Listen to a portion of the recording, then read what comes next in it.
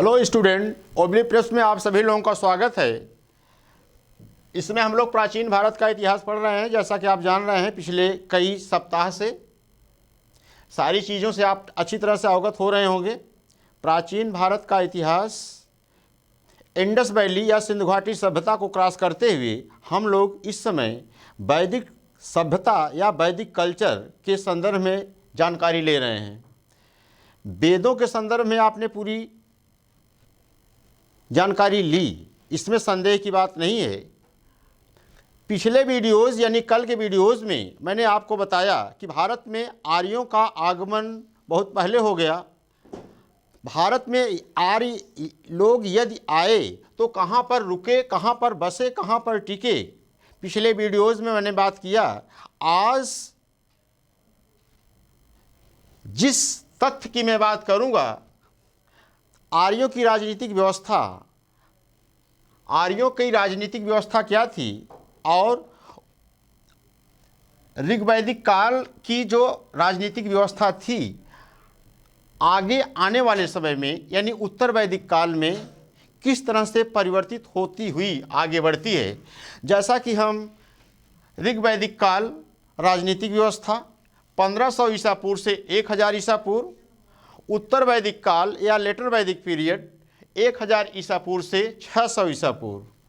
ठीक है, ईसा पूर्व उल्टा चलता है लेकिन बढ़ता है आगे, इसलिए सिंबल दिया गया है। आइए हम लोग इस बात पर बहस करें, इस बात को ध्यान में रख करके कि वनडे गेम या एक दिवसीय परीक्षाओं के लिए यहाँ से कैसे सवाल निकलते हैं। आपसे पूछा जाएगा, या मैं सिस्टम से मैं आपको बता रहा हूँ, ऋग्वैदिक काल या आर्यों के प्रारंभिक अवस्था में भारत में आर्य आए, उनकी राजनीतिक व्यवस्था, या यदि ये कहा जाए कि आर्यों की सबसे छोटी प्रशासकीय इकाई क्या थी। आर्यों की सबसे छोटी प्रशासकीय इकाई परिवार हुआ करती थी। परिवार के मुखिया को कुलप कहा जाता था। परिवार के मुखिया को कुलप कहा जाता था। एक परिवार और दो परिवार मिल करके किसका निर्माण करते थे? ग्राम का निर्माण करते थे, और ग्राम के मुखिया को ग्रामणी कहा गया है। एक ग्राम और दो ग्राम मिल करके, एक गांव और दो गांव मिल करके आपस में किसका निर्माण करते थे? विष का, और विष के मुखिया को या उसके अधिपति को विषपति कहा जाता रहा है। और ऋग्वेद में विष का उल्लेख 170 बार आया हुआ है। एक विष और दो विष, इस तरह से कई विष आपस में मिलकर किसका निर्माण करते थे? जन का। ऋग्वेद में जन शब्द का उल्लेख 275 बार आया है, लेकिन जन शब्द का उल्लेख या जिक्र ऋग्वेद में तो 275 बार आया है, लेकिन जनपद शब्द का उल्लेख ऋग्वेद में एक बार भी नहीं आया है। और जनपद शब्द का उल्लेख या जिक्र हमें सबसे पहली बार 1000 ईसा पूर्व से 600 ईसा पूर्व के बीच तात्पर्य लेटर वैदिक पीरियड या उत्तर वैदिक काल में मिलता है। ठीक, अच्छा,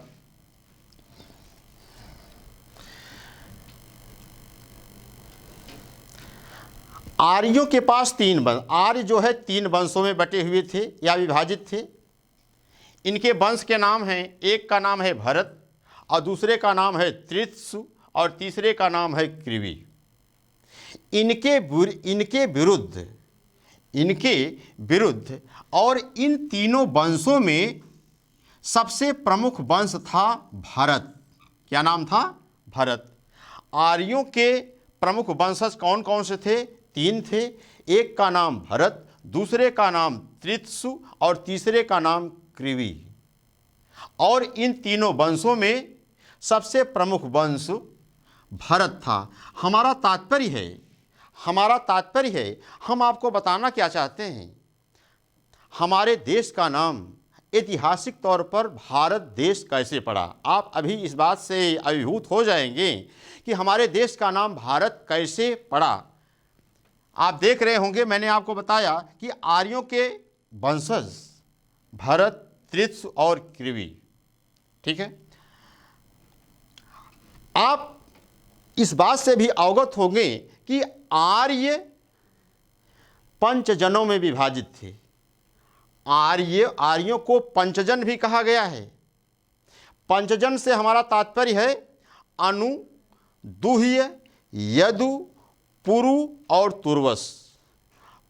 अनु, दुह्य, यदु, पुरु और तुर्वस, इससे हमारा तात्पर्य है पंचजन। 5 हो गए। आर्यों के पास कई जनजातियां भी थीं। आर्यों के पास कई जनजातियां भी थीं और इन जनजातियों के नाम क्या थे? अनिल, पख्त, विषाणिन, शिव और भलानस। कितने हो गए? 10। और इन पंचजनों और जनजातियों के जो नेतृत्वकर्ता थे उनका नाम था विश्वामित्र। क्या नाम था? विश्वामित्र। पंचजन और जनजातियों के मुखिया या इनके नेतृत्वकर्ता कौन थे? विश्वामित्र। भरत वंश के राजा का नाम था सुदास। भारत वंश के राजा का नाम सुदास। और सुदास के जो पुरोहित थे उनका नाम था वशिष्ठ।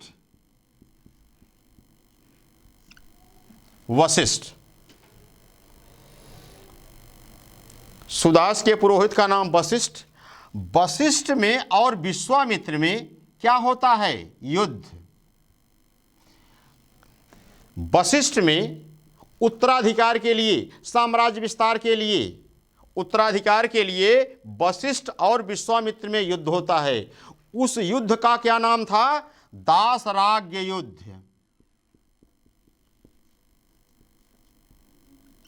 क्या नाम था? दासराज्य युद्ध। यह युद्ध कहां हुआ? रावी नदी के किनारे। रावी नदी का पुराना नाम क्या था? पुरुषणी।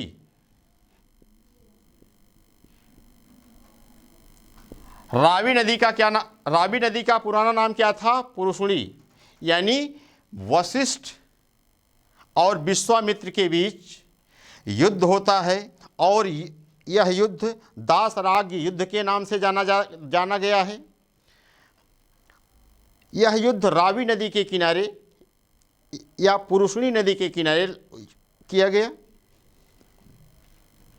और इस युद्ध में वशिष्ठ की जीत होती है। वशिष्ठ जो है सुदास के पुरोहित थे। राजा सुदास भरत वंश के राजा थे। जब सुदास की जीत होती है तो इसी जीत के आधार पर ये कहा गया कि भरत वंश की जीत हुई और जब भरत वंश की जीत हुई तब हमारे देश का नाम भारत पड़ा। अभी यहाँ से आपके सवाल कैसे कैसे कहाँ से निकलेंगे मैं बात करता हूँ। पहले एक बार एक्सप्लेन पूरा कर दें। आप ध्यान दीजिएगा, मैं ऋग्वेद की बात कर रहा हूँ, ऋग्वेद की राजनीतिक व्यवस्था की बात मैं कर रहा हूँ। ये बातें हो गई। आइए हम बात करते हैं। ऋग्वेद में 3 समितियाँ थीं। ऋग्वैदिक काल में यानी 1500 ईसा पूर्व से 1000 ईसा पूर्व के बीच 3 समितियाँ थीं। 3 समितियों में कौन सी थी? सभा, समिति और विदत। इन तीनों समितियों में विदत सबसे प्राचीन व पुरानी संस्था थी जिसका उल्लेख ऋग्वेद में 122 बार किया गया है। सभा का उल्लेख ऋग्वेद में 8 बार किया गया है। सभा से तात्पर्य वृद्धजन या संभ्रांत परिवार के लोग सम्मिलित हुआ करते थे। समिति का उल्लेख ऋग्वेद में 9 बार किया गया है। पदाधिकारी से हमारा तात्पर्य है रत्निन। पदाधिकारी से हमारा क्या तात्पर्य है? रत्निन। यानी पदाधिकारियों को रत्निन कह करके संबोधित किया गया है। जैसे आज की तारीख में हम और आप मंत्रिपरिषद या मंत्रिमंडल कहते हैं, उसी तरह से ऋग्वैदिक काल में रत्निन को हम पदाधिकारी से इंडिकेट किए हैं। और इन रत्नियों की संख्या शतपथ ब्राह्मण में 12 बतलाई गई है। ऋग्वैदिक काल बड़ा ही साफ सुथरा समाज था। यहाँ पर किसी भी तरह का कोई ईर्षा द्वेष नहीं था। ऋग्वैदिक काल में एक शब्द आता है बलि। यहाँ पर बलि से हमारा तात्पर्य है, ऋग्वैदिक काल में, ऋग्वैदिक काल की राजनीतिक व्यवस्था में एक शब्द आता है वली। वली शब्द का अर्थ है स्वैच्छिक भेंट या उपहार। यानी राजा अगर प्रजा की सेवा कर रहा है, प्रजा के सुख और दुख में भाग ले रहा है, तो प्रजा का भी दायित्व तो राजा के प्रति कुछ न कुछ होता है। प्रजा के द्वारा राजा को दिया गया स्वैच्छिक भेंट, यानी राजा प्रजा से अपेक्षा नहीं कर रहा है, राजा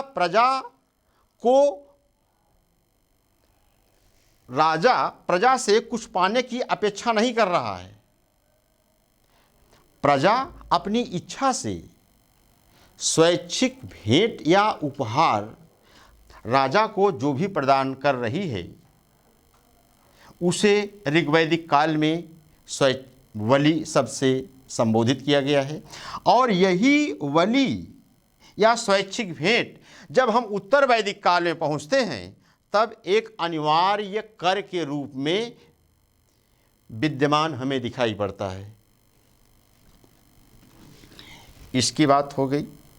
इसके बाद मैं ऋग्वैदिक काल से आगे बढ़ते हुए उत्तर वैदिक काल की तरफ चलेंगे।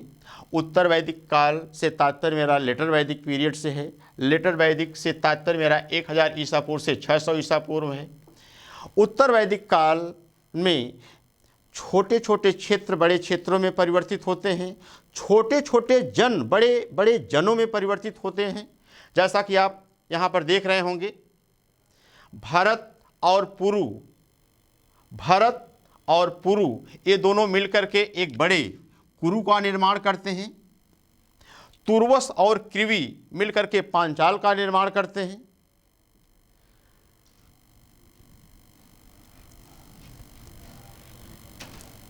ऋग्वैदिक काल की अंतिम इकाई जन, जिसका उल्लेख ऋग्वेद में 275 बार किया गया है, यही जन उत्तर वैदिक काल में हमें जनपद के रूप में दिखाई देता है। वैदिक सभ्यता, राजनीतिक व्यवस्था। वैदिक सभ्यता के अंतर्गत ऋग्वैदिक काल और उत्तर वैदिक काल। ऋग्वैदिक काल का पीरियड ये हुआ 1500 ईसा पूर्व से 1000 ईसा पूर्व। उत्तर वैदिक काल का पीरियड ये। आइए हम लोग इस बात को ध्यान में रख करके बात करें कि इसमें आपके लिए उपयोगी क्या है। आपसे पूछा जाएगा, समरी में बताता हूं, उसके बाद एक बार फिर स्पष्ट इसको करूंगा। आपसे पूछा जाएगा कि ऋग्वैदिक काल या आर्यों के ज़माने में सबसे मूलभूत प्रशासकीय इकाई क्या थी। सबसे मूलभूत या सबसे बेसिक प्रशासकीय इकाई इनकी क्या थी। आर्यों की सबसे मूलभूत या प्रशासकीय इकाई परिवार हुआ करती थी। परिवार के मुखिया को कुलप कहा जाता था। क्या कहा जाता था? कुलप।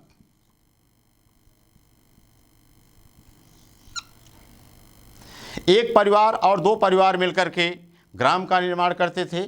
ग्राम के मुखिया को ग्रामणी, विश्व के मुखिया को विश्वपति, जिसका कुल्लिक 170 बार आया हुआ है। जन के मुखिया को जनपति कह करके संबोधित किया गया है। जन का उल्लेख ऋग्वेद में 275 बार आया है। आर्यों को पंचजन कहा गया है। आर्यों को पंचजन कहा गया है। पंचजन से तात्पर्य हमारा 5 कबीलों से है।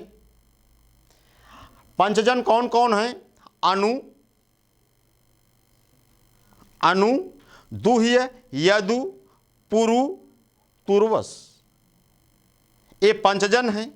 आर्यों के पास कई जनजातियां भी थीं और इन जनजातियों के क्या नाम थे? अनिल, पक्त, विषाणिन, शिव और भलानस। 5A और 5A दोनों मिलाकर कितने हो गए? 10। इसी 10 राजाओं ने, यही 10 लोगों ने मिलकर भारत वंश के राजा सुदास के खिलाफ दासराज्य नामक युद्ध रावी नदी के किनारे इन दसों के मुखिया या इन दसों के पुरोहित विश्वामित्र यानी विश्वामित्र और वशिष्ठ के बीच, वशिष्ठ जो थे सुदास के पुरोहित थे, विश्वामित्र और वशिष्ठ के बीच दासराज्य युद्ध, दासराज्य यानी 10 राजाओं के बीच युद्ध होता है। कहां पर? रावी नदी, पुरुषणी नदी के किनारे, जिसमें वशिष्ठ की जीत होती है। वशिष्ठ जो हैं सुदास के पुरोहित थे, तो सुदास की भी जीत मानी गई। और सुदास जो हैं भारत वंश के प्रमुख राजवंशों में से एक थे, और इसी वंश की जब जीत हुई, इसी वंश के राजा सुदास वशिष्ठ की जब जीत हुई, तब हमारे देश का नाम भारत पड़ा। अच्छा, ये बात हो गई। इसके बाद समितियों की जहाँ तक बात रही, प्रमुख रूप से समितियाँ 3, सभा जिसका उल्लेख ऋग्वेद में 8 बार, समिति का उल्लेख 9 बार और विदथ का उल्लेख 122 बार। विदथ आर्यों की सबसे प्राचीन व पुरानी संस्था थी। सभा में सब भ्रांत व वृद्धजन भाग लिया करते थे। समिति सर्वसाधारण की समिति थी। सभा व समिति राजा की निरंकुशता पर भी रोक लगाते थे। वली ऋग्वैदिक काल का एक शब्द है, ऋग्वैदिक काल का एक शब्द वली है। वली से हमारा तात्पर्य है स्वैच्छिक भेंट या उपहार, कोई जबरदस्ती नहीं। राजा आपको बाध्य नहीं करेगा कि हमने तुम्हारे लिए काम किया है, तुम उसका हमें परफॉर्मेंस दो, ऐसी कोई बात नहीं थी। इच्छानुसार प्रजा ने राजा को जो कुछ भी दे दिया उसे राजा ने स्वीकार कर लिया, जिसको कि हम स्वैच्छिक भेंट या उपहार के रूप में जानते हैं। पदाधिकारियों की संख्या ऋग्वैदिक काल में कुल पदाधिकारियों की संख्या 12 हुआ करती थी, जिसको कि हम रत्निन के नाम से जानते हैं। शतपथ ब्राह्मण में 12 रत्नियों की चर्चा की गई है। यही व्यवस्था जब हम आगे बढ़ते हैं, यानी 1500 ईसा पूर्व से 1000 ईसा पूर्व से 1000 ईसा पूर्व से 600 ईसा पूर्व की तरफ बढ़ते हैं, तो क्षेत्र का यानी ये जो व्यवस्थाएं हैं धीरे धीरे आगे बढ़ती हैं। यानी उत्तर वैदिक काल में जन के बाद हमें कौन सा शब्द मिलता है? जनपद मिलता है। जैसा कि जनपद की डिफिनेशन आज की तारीख में भी आप जानते हैं। जनपद कैसे बनते हैं? जो ये सब थे इनको मिलाया गया। इनको मिलाने से तात्पर्य भारत और पुरु, इनको मिला करके हमें कुरु प्राप्त होता है, जो कि बड़ा क्षेत्र है। तुर्वस और कृवि मिलाकर पांचाल बनता है। और यहाँ पर वली जो स्वैच्छिक भेंट हुआ करता था, यहाँ पहुँचते पहुँचते एक अनिवार्य कर के रूप में मान लिया गया। वैदिक सभ्यता 1500 ईसा पूर्व से 600 ईसा पूर्व, इसी की जो परिभाषा या इसी की विशेषता के अनुरूप जो है ऋग्वैदिक काल की राजनीतिक व्यवस्था। नेक्स्ट वीडियोज़ में मैं आपसे जो है धार्मिक व्यवस्था के बारे में बात करूंगा। ये रहा आपका वैदिक सभ्यता, ऋग्वैदिक काल व उत्तर वैदिक काल की राजनीतिक व्यवस्था। ठीक है बच्चों, ठीक है, थैंक यू, धन्यवाद।